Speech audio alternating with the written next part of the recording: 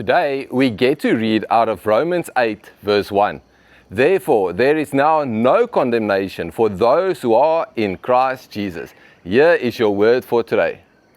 Wow, for now there's no more condemnation. There's no more accusing voice accusing you and me of the things we have done in the past. As long as we are in Christ Jesus, as long as we have repented of those things and we mean it from our heart, He has forgiven our sins and He's wiped it clean by the blood of Jesus. Now there's no more condemnation. You know, the enemy comes and accuses us because he is the accuser. Accuses us of the things we have done in the past, which we have already received forgiveness for. You know, we get to walk in forgiveness with the Lord, washed clean by the blood of Jesus.